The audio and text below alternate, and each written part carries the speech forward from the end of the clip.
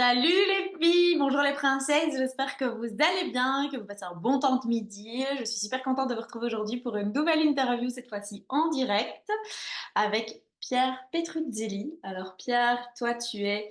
avant d'aller plus loin, donc dites-moi si vous avez... qui est là, d'où vous venez, si vous avez bien mangé. D'ailleurs, combien parmi vous ont bien mangé aujourd'hui? Nous, on a mangé, tu crois? Ouais, Ouais, ouais, non, ouais. on a plus que mangé, on a même bien mangé. Ouais, on a bien mangé. Bien On mangé, a bien mangé, c'était exactement. super bon. Et puis, ben, dites-moi un petit peu comment se passe aussi votre journée. Mettez-moi en commentaire.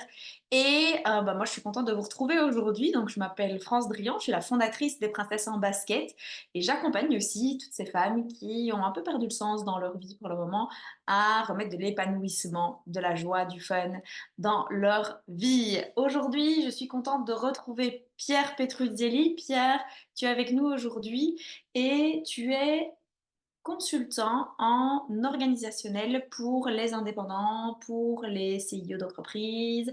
Est-ce que tu peux nous dire un petit peu plus avant que j'aille dans ce que j'aimerais bien qu'on discute? Oui, bien sûr, bien sûr. Merci à toi pour ton invitation, France, du coup.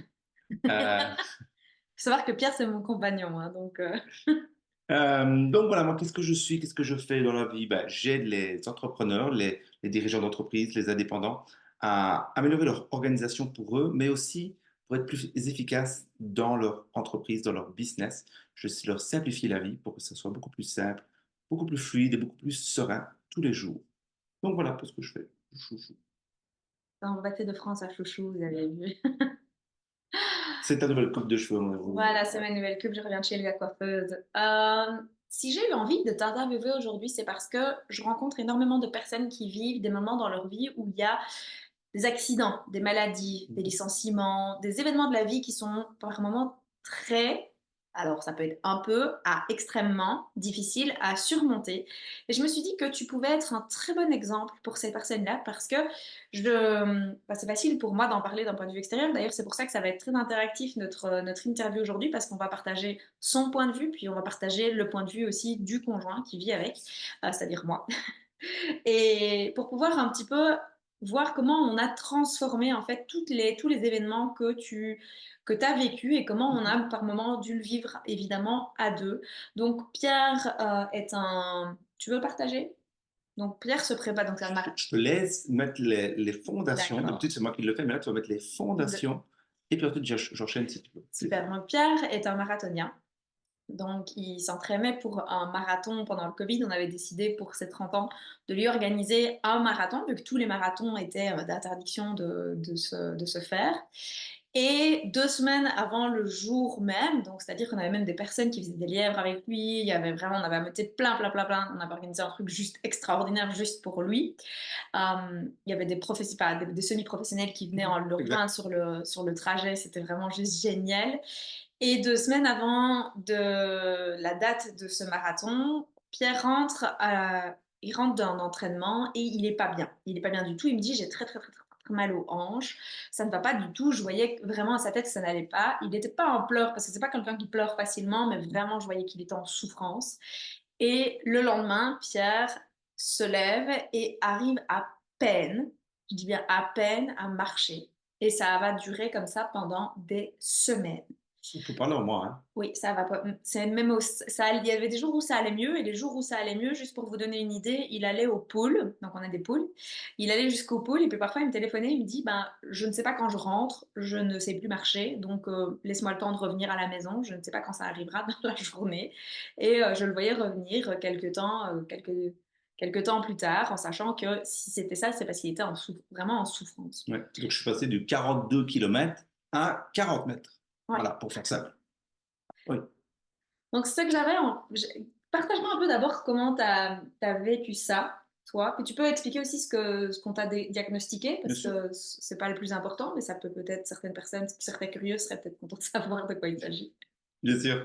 Alors, moi, comment je l'ai vécu, c'était vraiment très compliqué pour moi parce que c'est vraiment quelque chose que j'avais vraiment peur d'avoir, c'est-à-dire avoir une maladie, avoir un problème, un problème au niveau de n'importe quel membre de mon corps, que ce soit les mains, le bras, les jambes, les pieds, parce que pour moi, c'était l'activité physique, c'était vraiment quelque chose qui permettait de me ressourcer quelque chose qui me permettait de m'évader de tout mon stress du travail, de mon stress de la vie de couple aussi, parce qu'il ne faut pas se le cacher. Des fois, on en a marre d'être avec son chéri ou sa chérie, n'est-ce pas?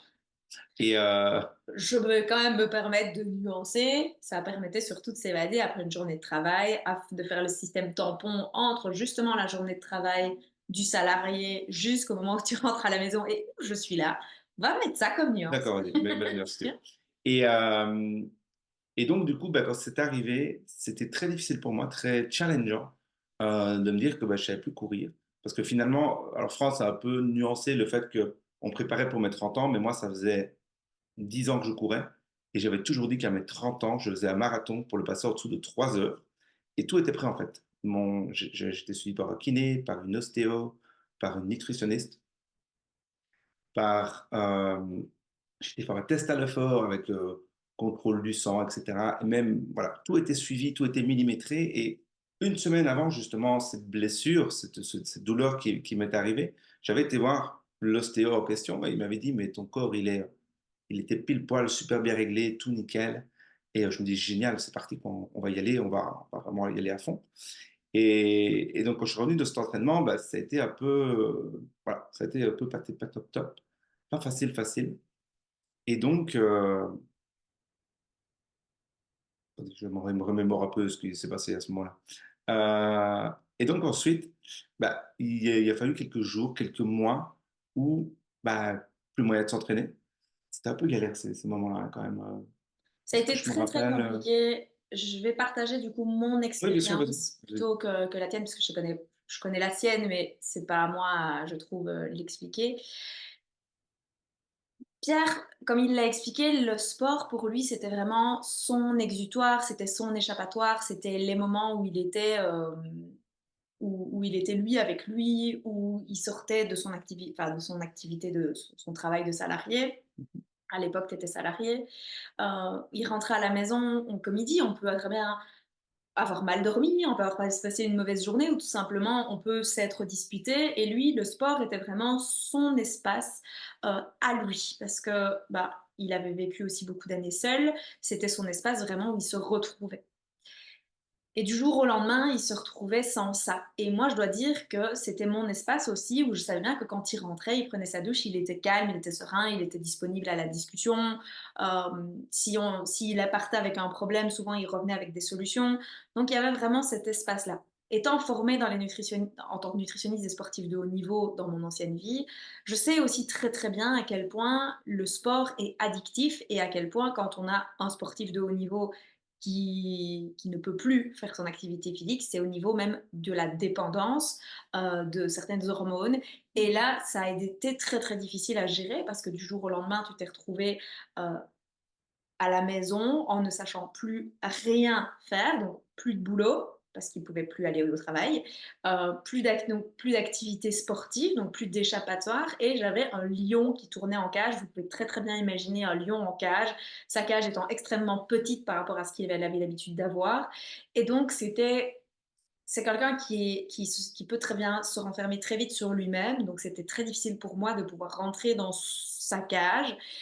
Et en même temps, bah, c'était par moments de l'agressivité non voulue parce qu'il gérait juste pas du tout au niveau de ses émotions, au niveau de son mindset. Enfin, il faut tout reconstruire parce que c'est comme si tout son monde s'effondrait à ce moment-là. Et il y avait en plus pas de perspective parce que par la suite, donc, tu vas expliquer Bien sûr. ce que tu as. Mhm. Oui, en fait, donc du coup, bah, étant sportif, entre guillemets, de haut niveau, bon, je ne comprends pas pour Si. sportif de haut niveau, mais bon, voilà, bah, c'est quand il y a problème, il faut trouver les solutions.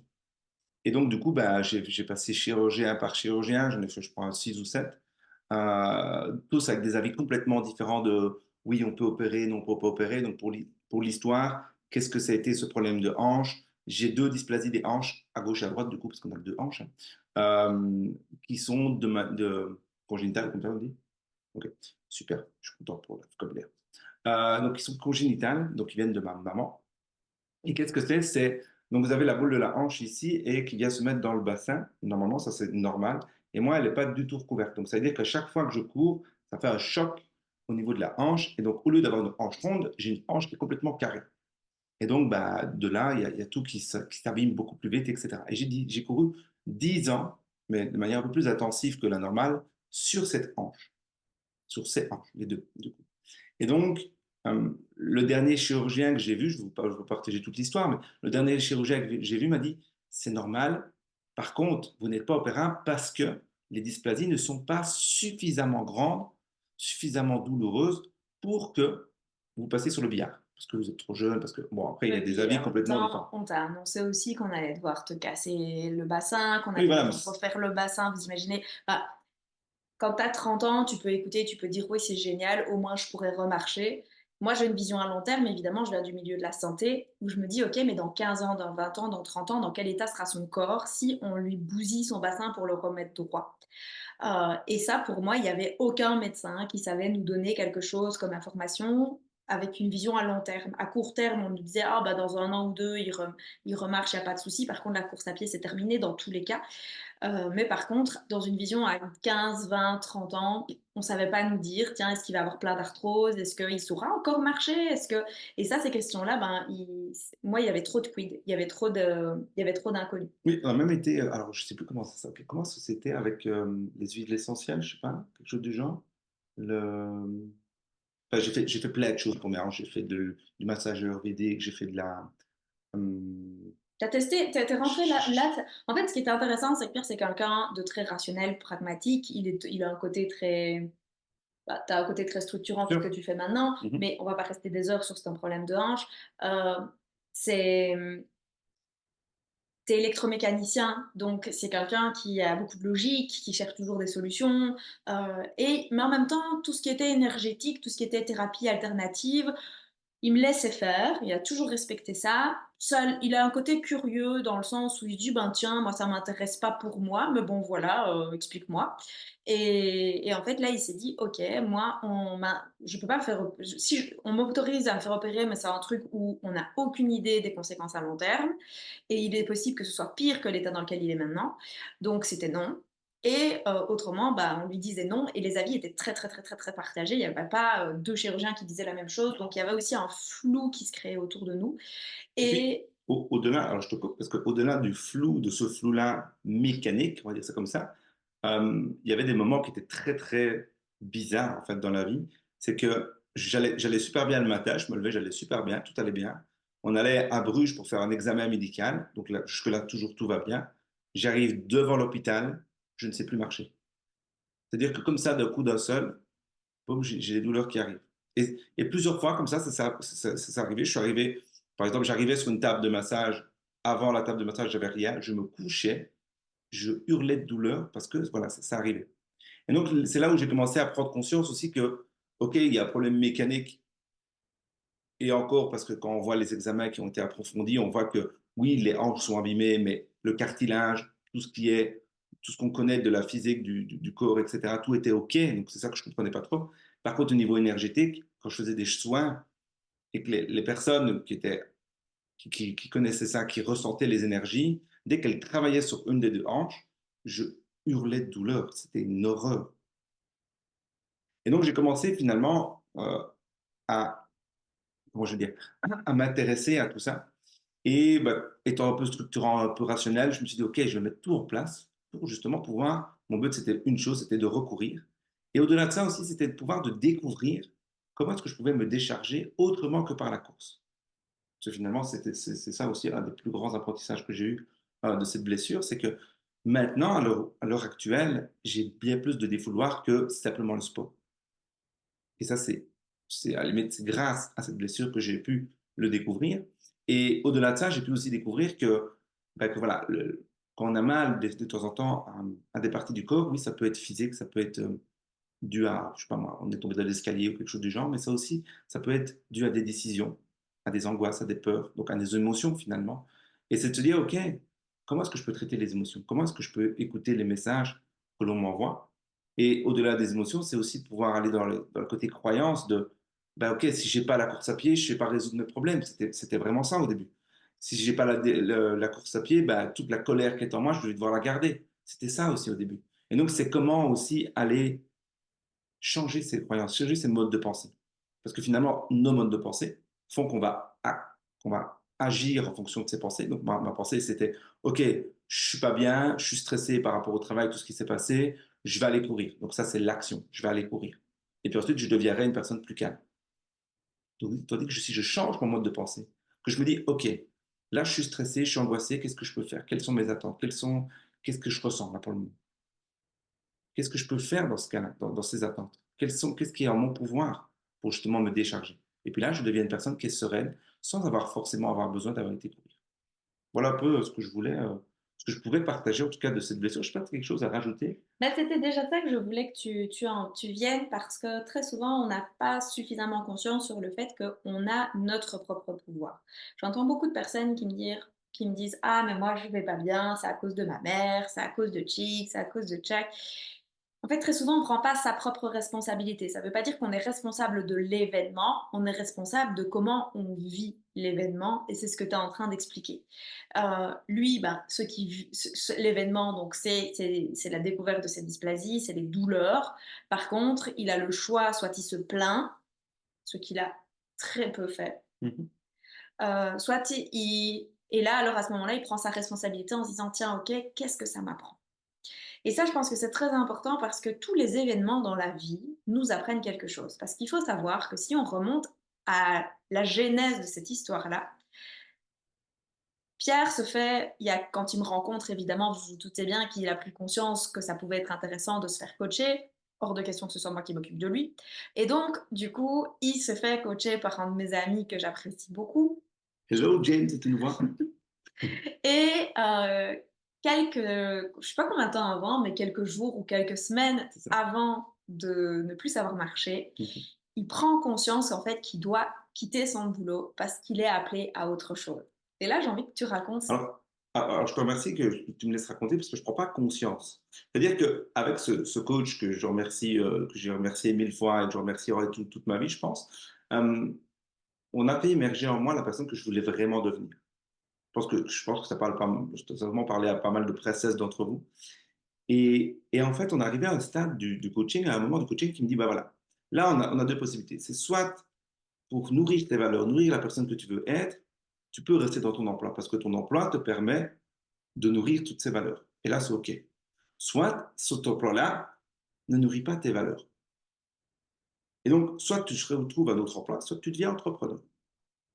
Et donc, je te passe les détails de toute la réunion, mais la décision, c'était est-ce que tu restes à ton emploi ou est-ce que tu veux devenir entrepreneur? Et là, à ce moment-là, je me suis dit, moi, je veux devenir entrepreneur. Moi, je veux être entrepreneur. Donc, on ancre ça vraiment au-delà du monde des bisounours du rêve. On ancre ça dans le physique et on se dit, OK, on va mettre tout en action pour le faire. Et bizarrement, une semaine ou deux après, boum, j'ai mes hanches qui me lâchent. Comme si mon corps me disait, bah, c'est comme ça, en tout cas, c'est comme ça que je l'interprète. C'est comme si mon corps me disait, OK, Coco, tu as pris une décision. Moi, je veux que tu ailles dans cette décision-là. Et pour que tu y ailles, je t'offre cette opportunité-là. Et c'était vraiment une opportunité. Pourquoi? Parce que, et c'est maintenant que j'en prends conscience de plus en plus, c'est que l'organisation, ok, je suis quelqu'un de très rationnel, d'organiser, j'aide les entrepreneurs à s'organiser, c'est clair. Mais ça ne fait partie, ce n'est qu'une infime partie de ce que je fais avec mes clients, dans la consultance. C'est-à-dire que l'organisation, on pense tous que c'est de la stratégie. Si on va mettre quelque chose, on va être plus discipliné, plus de rigueur. Alors qu'il n'y a pas que ça dans l'organisation. L'organisation, oui, il faut de la stratégie. Mais avant de placer la stratégie, il faut d'abord changer ses croyances. Une fois qu'on a changé ses croyances, je peux amener de la stratégie. Et puis une fois qu'on va mettre en place la stratégie, c'est aller écouter ses émotions. Et le faire seul, c'est hyper compliqué. Donc c'est pour ça que j'accompagne mes clients à changer leurs croyances, à pouvoir justement trouver leur stratégie qui leur convient par rapport à la personne qu'elles veulent devenir. Et ensuite, ben, pouvoir ancrer ça, créer des habitudes, les maintenir. Et pour ça, ben, il faut écouter son inconscient. Parce que son inconscient, c'est quoi nos pensées? C'est quoi? C'est juste des expériences vécues du passé qu'on a pris pour vraies et qu'il faut maintenant modifier. C'est-à-dire que l'expérience du passé, on va toujours s'en rappeler, mais au lieu de la prendre pour croyance, on va la prendre pour sagesse. On va dire, OK, j'ai vécu ça, mais je n'ai plus aucune émotion alliée, attachée à cette expérience. Et je suis juste détaché et je suis en pleine de sagesse.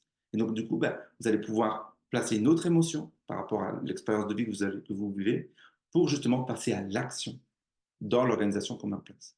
Et ça, je peux du coup vraiment témoigner parce que moi, la structure, ça me faisait hérisser les poils.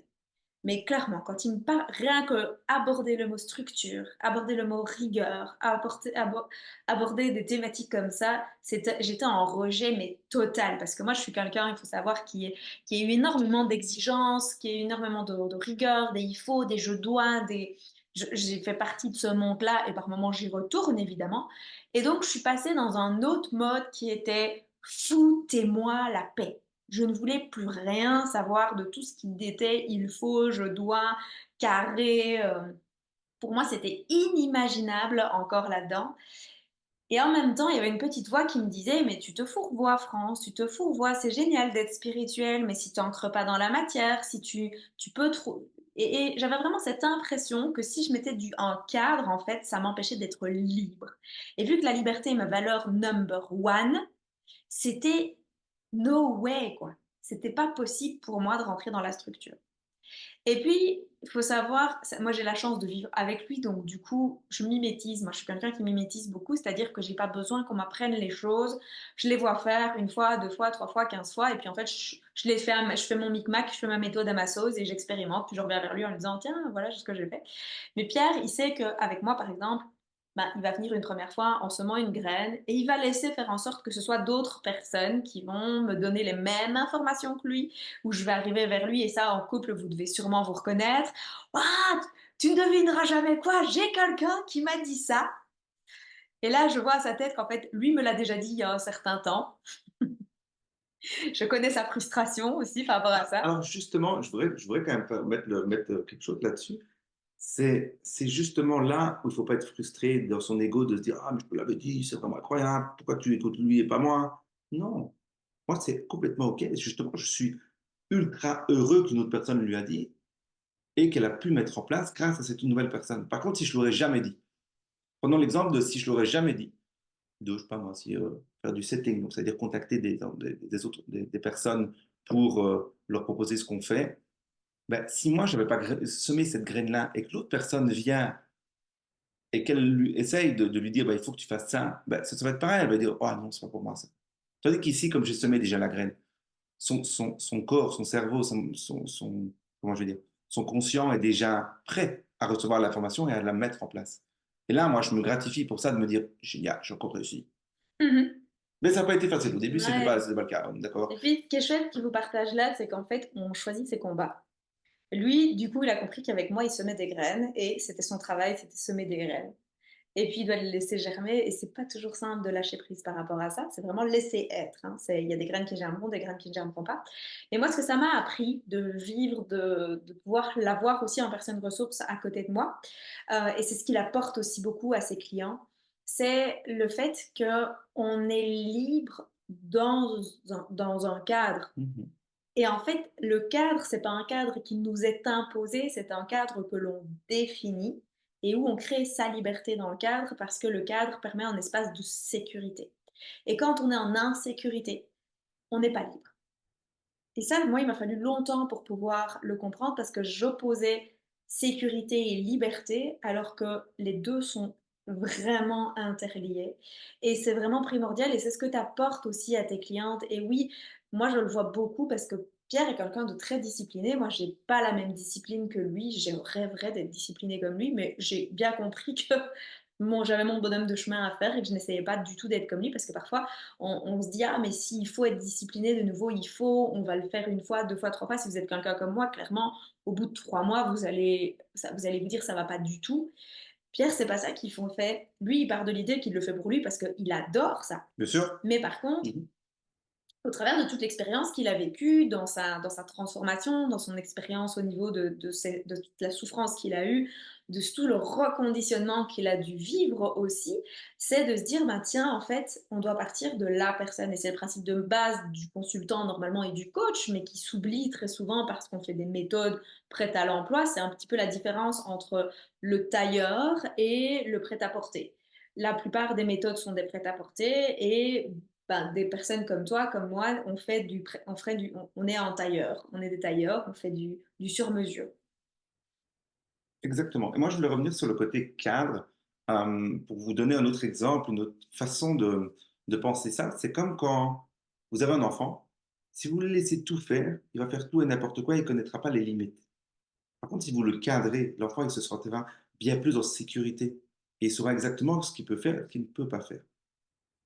Et donc, c'est pareil dans notre entreprise, dans notre vie de tous les jours. C'est si on ne se cadre pas, si on ne met pas des limites dans notre vie, on ne va pas se sentir en sécurité. Et si on n'est pas en sécurité, on a forcément plus d'émotions, de peur, de tristesse ou de colère qui peuvent arriver. Donc voilà. Et puis tu as aussi je vais regarder par rapport à mon expérience, Mhm. parce que c'est ce que je peux comparer. Bien sûr. Moi, beaucoup de gens me disaient: «France, comment ça se fait que tu es sur le web et tu as toujours un agenda papier?»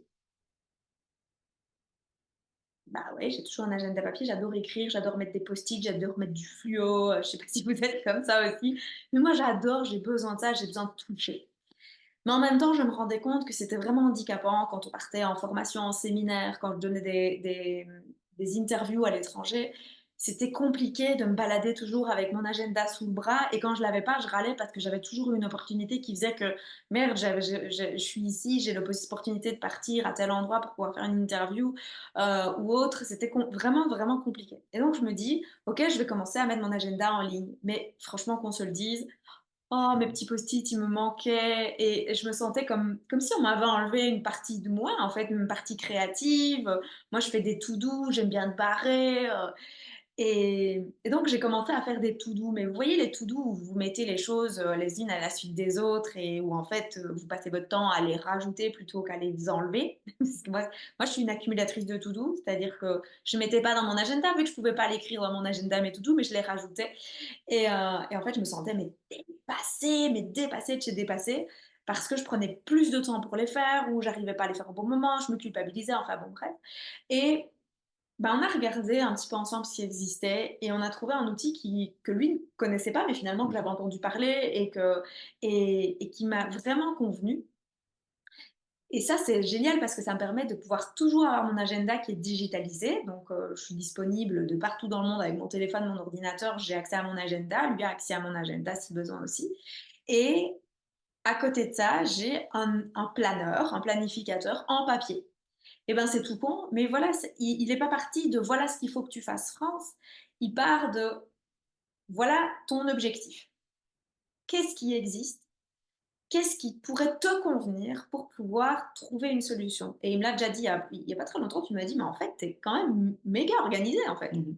Alors que moi, j'avais tendance à pas du tout, du tout, du tout, du tout l'être. J'étais toujours madame dernière minute. Ça ne veut pas dire que je suis plus madame dernière minute. Je suis toujours madame dernière minute avec de l'organisation, avec de la structure. Ça m'aide beaucoup parce que oui, il y a plein de gens qui me disent: «Oh France, tu es quand même super active sur les réseaux, tu fais plein de choses». Je peux me le permettre sans m'épuiser parce qu'à côté de ça, j'ai un cadre que je passe tous les X temps à revisiter pour voir, Bien tiens, je sûr. suis toujours OK dans mon cadre ou Mhm. je suis un peu à l'étroit ou justement il est trop grand et il m'insécurise. Et c'est ce que tu m'as appris. En fait, ce qu'il faut partir, c'est pas partir de ce que vous êtes là maintenant. Il faut partir de ce que vous voulez devenir. Elle voulait garder son agenda papier. Donc, c'est ce qu'on a fait, c'est que même dans la personne qu'elle veut être, plus tard, que ce soit dans 3 mois, dans un an, dans 5 ans, elle veut garder son agenda papier. Donc, de ce constat-là, c'est quelles sont les pensées qu'on doit modifier pour créer cette structure.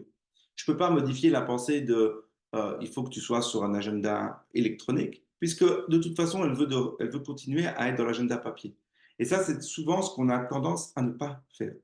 C'est à se dire, bah, ok, je démarre de là et je vois que tout le monde le fait, donc je dois faire comme ça. Non, ça va vraiment dépendre de ce que vous voulez.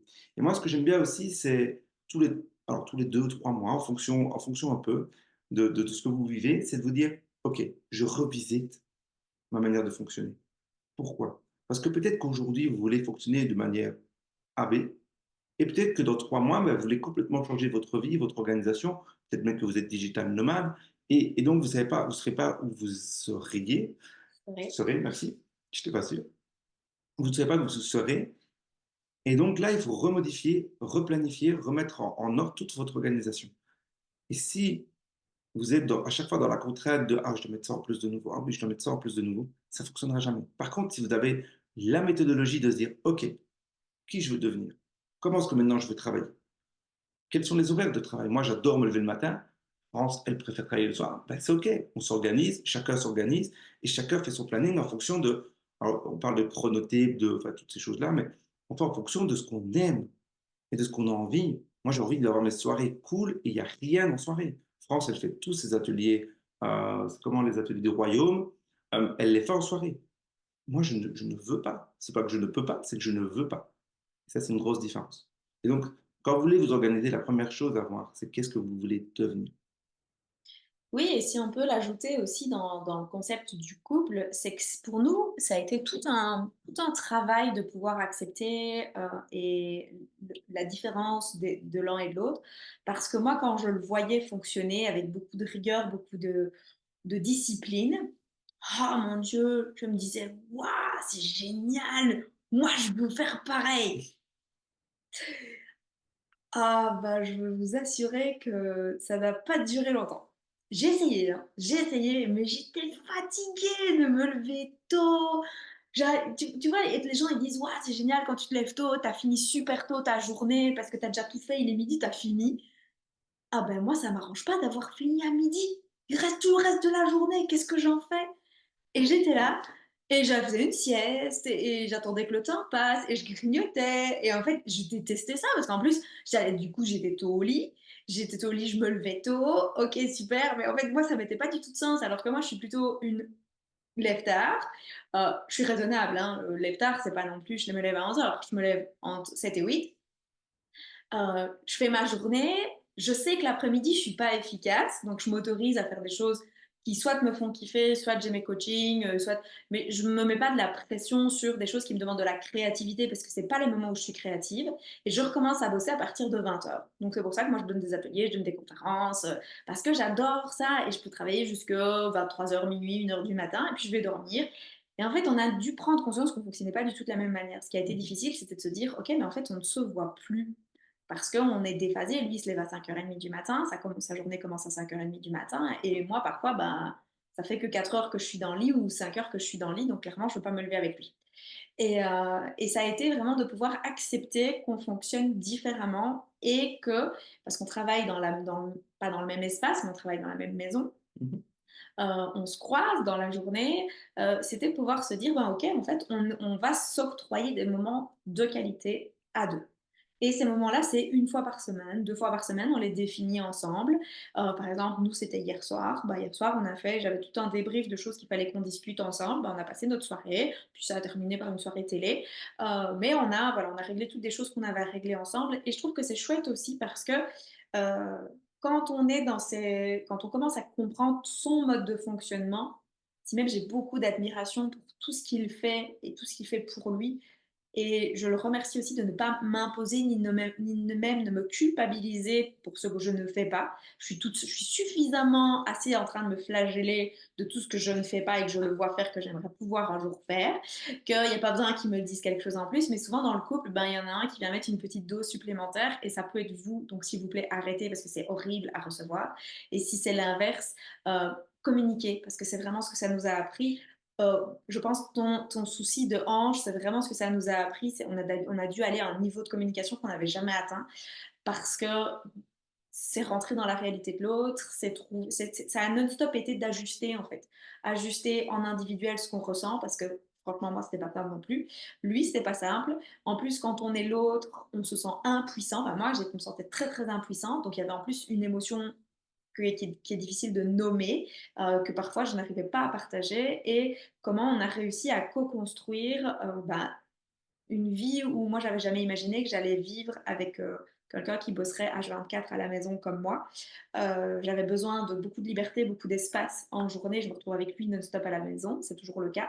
Et donc c'est comment on a pu co-construire quelque chose dans lequel je ne m'étais jamais une réalité dans laquelle ni l'un ni l'autre ne s'était projeté en fait.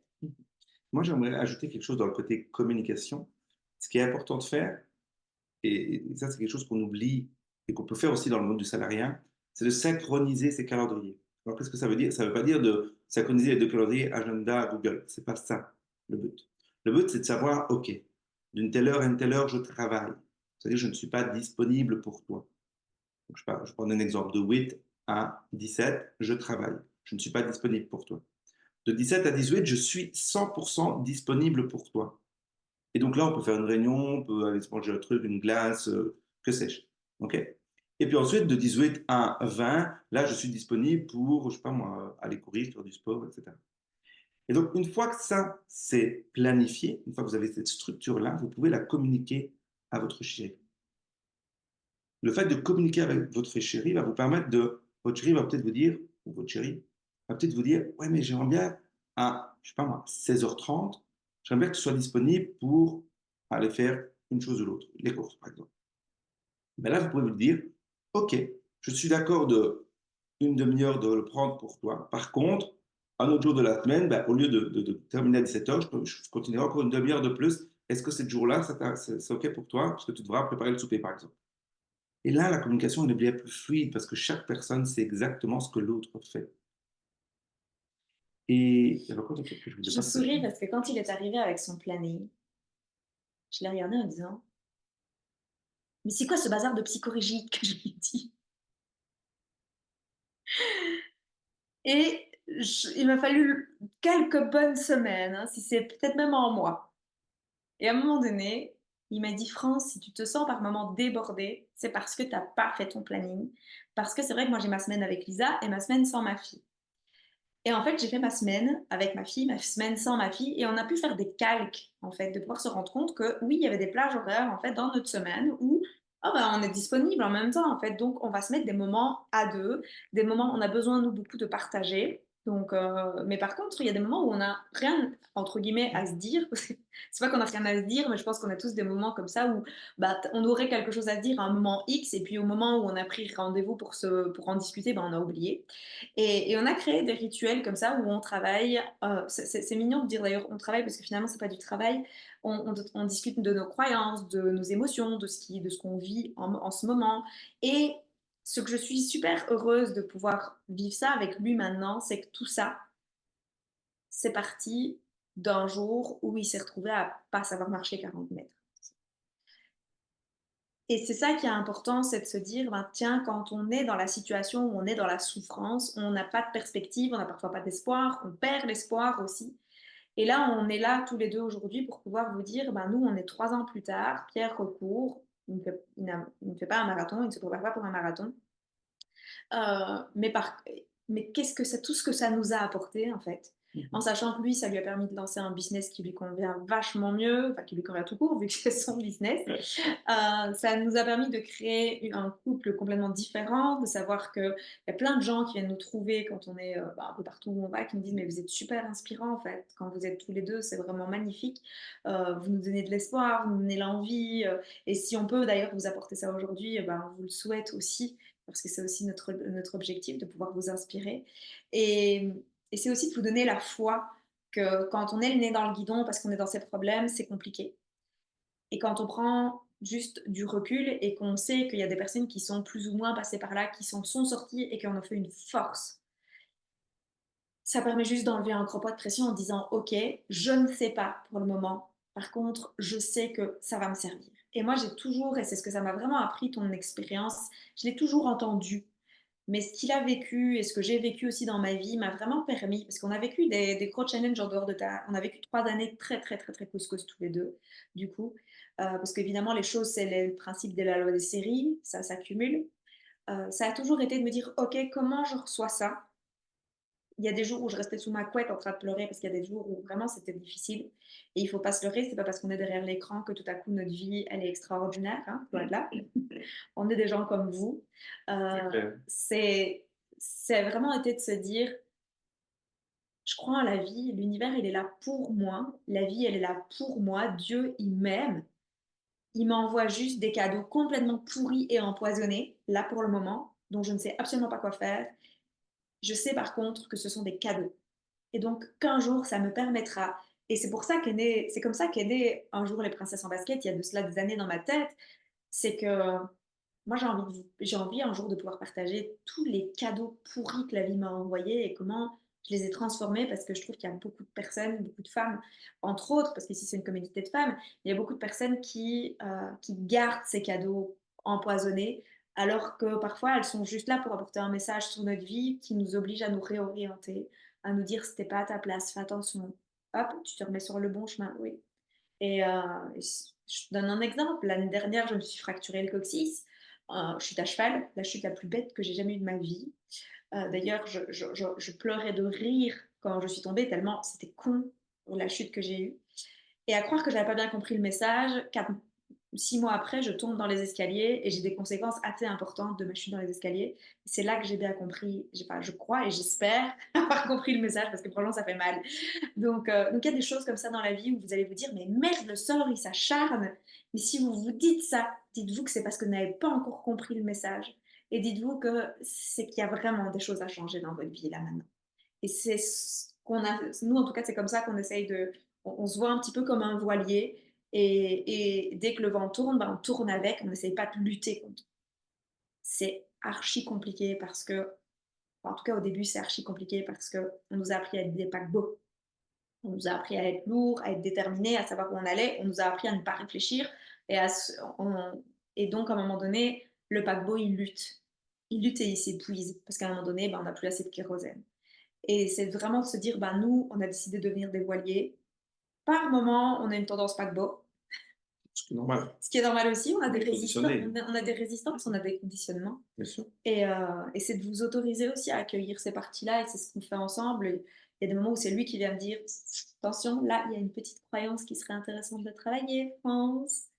Et puis lui, c'est plutôt comme hier, où j'ai dit, bon, si on faisait un câlin, parce que là, ça ne va pas, toi. Ouais, ben non, j'ai pas envie. Il dit, on va faire un câlin, t'en as besoin. Il n'y a pas le choix. Mhm. Est-ce que tu as quelque chose que tu veux ajouter en plus? Il y avait une chose que je voulais quand même ajouter, et c'est quelque chose sur lequel je mets beaucoup le doigt là-dessus pour toi, par rapport à Lisa. C'est que si vous, enfin, je vais revenir sur le côté synchroniser les calendriers. Si vous Vous dites, voyez le structurant. c'est très bien d'avoir une structure à la maison, c'est très bien, justement. Heureusement, je vais dire. Hein. Donc, du coup, si vous synchronisez vos calendriers et que vous dites à votre enfant, on va parler d'enfant, je suis disponible pour toi de 17 à 18 heures. Et qu'à 17h15, vous prenez votre téléphone et vous commencez à répondre à un message et que votre enfant vous dit, tu pourrais me... Et vous dites, oh, fous-moi la paix, je n'ai pas le temps pour ça pour le moment. Ben, Expérience vécue, hein, c'est comme ça expérience qu'il vécue, bien faut sûr. parler. Ben alors, vous étonnez pas que lorsque vous allez lui demander, écoute, j'ai une réunion d'une heure là, il ne faut pas que tu me déranges, ben, à ce qu'il vous dérange. Parce que vous n'avez pas respecté votre timing. Alors pourquoi est-ce que lui va respecter ce que vous lui demandez? Et donc, c'est vraiment de, si vous décidez de faire quelque chose, faites-le. Programmez-le, mais alors faites-le au moment où vous avez décidé de le faire. Là, c'est une notion d'engagement, en fait. C'est C'est une notion ça. d'engagement de soi envers son enfant, de soi envers son conjoint. Et c'est quelque chose qui est important parce qu'on est dans une société où on nous apprend à ne plus nous engager. Enfin, d'ailleurs, on ne nous apprend plus à nous engager, tout simplement. Et, et ça, c'est handicapant. C'est vraiment handicapant parce que le premier engagement, en fait, il est vers soi. Et puis, ben, quand on est... Moi, j'ai une fâcheuse tendance hein, à justement dire de telle heure à telle heure, je suis avec toi, puis mon téléphone qui sonne, et puis j'ai parfois Pierre qui me dit qu'est-ce que tu avais dit? Ah oui, c'est vrai. Et c'est vrai que je m'en rends compte avec Lisa, c'est que plus je suis disponible et 100% disponible dans des petits moments, c'est parfois même pas une heure, parfois c'est une demi-heure, plus c'est facile en fait. Et je le vois, moi j'ai des journées de travail où je commence à 9 heures et je termine à 15 heures parce que je dois aller chercher à l'école, c'est pas viable. Et on en discute toutes les deux. Et elle me dit, ah bah maman, si tu veux, parce que moi c'était important pour moi quand j'ai eu ma fille d'aller la rechercher à l'école, de pouvoir, c'était vraiment un fantasme que j'avais, parce que, enfin un rêve que j'avais même, parce que ma maman, elle a travaillé tous les jours très très tard et ça m'avait manqué. Moi, je voulais que ma maman, elle vienne parfois me chercher à l'école. Toutes les copines, elles avaient leur maman, moi pas. Donc moi, je m'étais dit, j'irai rechercher ma fille à l'école et c'est ce que je fais et je m'engage à le faire. Mais quand j'ai ma fille, c'est vraiment des trop petites journées de travail. Vu que je vous ai dit, je suis pas très efficace début d'après-midi. Et, euh, et c'est elle qui m'a dit, mais maman, tu peux venir me chercher pour 16h30, il n'y a pas de souci. Mais par contre, je sais, elle sait que à partir du moment de 16h30 jusqu'à ce qu'elle soit au lit, je serai avec elle. Et elle préfère que je sois... Enfin, elle préfère aller à la garderie une heure de plus, une heure et demie de plus, plutôt que de m'avoir à moitié présente. Et ça aussi c'est aussi ce que Pierre m'a appris dans la notion de mettre un cadre, de mettre une structure, de créer sa propre liberté. C'est que bah, j'ai mon engagement qui était d'aller chercher tous les jours ma fille à l'école. Et là, c'était de me dire, mais en fait, je me désengage, mais non, je m'engage toujours, je m'engage juste parce que je réadapte. Et ça, c'est mon côté paquebot par moment, qui prend du temps à me réorienter. C'est pour ça que c'est chouette d'avoir quelqu'un qui peut aussi apporter de la, qui voit aussi, et c'est pas que parce que c'est mon conjoint, parce que c'est quelque chose qu'il a aussi au travers tous ses clients. Il a un regard très, ben, j'ai vraiment le jeu de fléchette là, vous voyez? C'est pas qu'il lance la flèche, c'est qu'il voit où la flèche va arriver en fait. Et ça permet vraiment d'aller dans la précision sur le besoin. Parfois, il y a des choses qu'il me dit où je me rends même pas compte que j'ai besoin de ça, mais je le mets en application et je me dis: «Ah, mais c'était de ça dont j'avais besoin». Donc c'est aussi ta grande force, cette capacité, je trouve, d'anticiper, d'aller voir au-delà de ce que ce que nos yeux peuvent voir. Donc moi, si ça vous intéresse évidemment d'avoir les infos de Pierre, je vais mettre le lien en commentaire et autour de cette vidéo de sa communauté. Comme ça, vous pouvez aller Bien faire sûr. un tour dans sa communauté, la pépinière des leaders organisés. Exactement. Moi, j'adore le nom. Donc allez-y, vous pouvez aller faire un tour évidemment dans ce qu'ils proposent, vous allez avoir plein d'infos, et puis tu as un super accompagnement qui permet à ses clients évidemment de travailler les croyances, de travailler les objectifs complètement différents de ce qu'on nous a toujours appris, de réaliser ces objectifs, parce que ça aussi c'est important pour travailler son estime de soi et ainsi de suite. Moi j'ai vraiment beaucoup de plaisir à partager ma vie avec lui, même s'il y a des moments où je vous assure que j'ai envie de l'envoyer péter. Mais à côté de ça, c'est mon ego qui a envie de l'envoyer péter parce que je sais qu'il a raison. C'est tellement riche ce que tu partages, c'est tellement, c'est même pas que intéressant parce qu'intéressant, ça veut dire que ça parle avec la tête et c'est au-delà de ça, ça vient du cœur. C'est très intuitif aussi, il utilise des outils très, très intuitifs. Il a beaucoup, beaucoup, beaucoup d'intuition sous ses airs Pragmatique, structurant. de pragmatiques structurants. C'est évidemment le grand don des pragmatiques structurants, c'est leur intuition, quand ils en sont connectés, évidemment. Donc, allez-y, allez voir la plénière des leaders organisés, prenez un call avec lui, ça vaut vraiment la peine de... On regardera votre organisation, on regardera un peu ce que vous voulez devenir et si je peux vous donner un conseil, c'est avec grand plaisir. Oui, parce que vraiment, c'est quelqu'un de... Bon, c'est mon chéri, donc clairement, je suis 100% objectif sur ce Puis, que je vais dire. on fera plus souvent des lives parce que je reçois plein, plein de compliments et c'est pas souvent. Donc, C'est franchement, pas vrai que c'est pas on souvent. va refaire des lives, chouchou. Je crois qu'elles seront contentes que je fasse des lives. Parce que quand on a fait le dernier live dans le lancement d'un de mes programmes, elles ont adoré. Est-ce que tu voudrais clôturer avec un mot de la fin? Quelque chose que tu voudrais... Un truc court, hein. Je ne saurais que vous recommander de vous organiser et que ce soit avec moi ou avec quelqu'un d'autre, moi c'est pareil, mais pour vous libérer vraiment de ce que vous voulez faire, c'est vraiment regarder comment vous pouvez, ne serait-ce que faire une petite action qui vous permettrait juste de reprendre du temps, que ce soit pour vous, que ce soit pour votre famille, que ce soit pour votre relation. C'est c'est vraiment ultra bénéfique et ultra, voilà. Prenez de la Merci. sérénité en vous. Moi, j'adore ce mot. J'adore aussi quand je le ressens dans mon corps. J'espère que ça vous a plu. N'hésitez pas à me mettre, enfin, c'est pas n'hésitez pas, mettez-moi en commentaire une pépite que vous avez reçue ici durant cette interview. Dites-moi le petit truc que vous allez pouvoir mettre en place ou tout simplement avec quoi est-ce que vous ressortez. Ça me ferait super plaisir, ça nous fera super plaisir de vous lire. En tout cas, je vous souhaite de passer une excellente journée. On se retrouve dans 2 semaines pour la prochaine interview. Et on se retrouve dans tous les cas, tous les lundis, rappelez-vous, en live sur le groupe Les Princesses en Basket, le groupe Facebook Les Princesses en Basket, tous les lundis à 12h30. Je vous fais des gros bisous et je vous dis Voilà, à princesse! bientôt!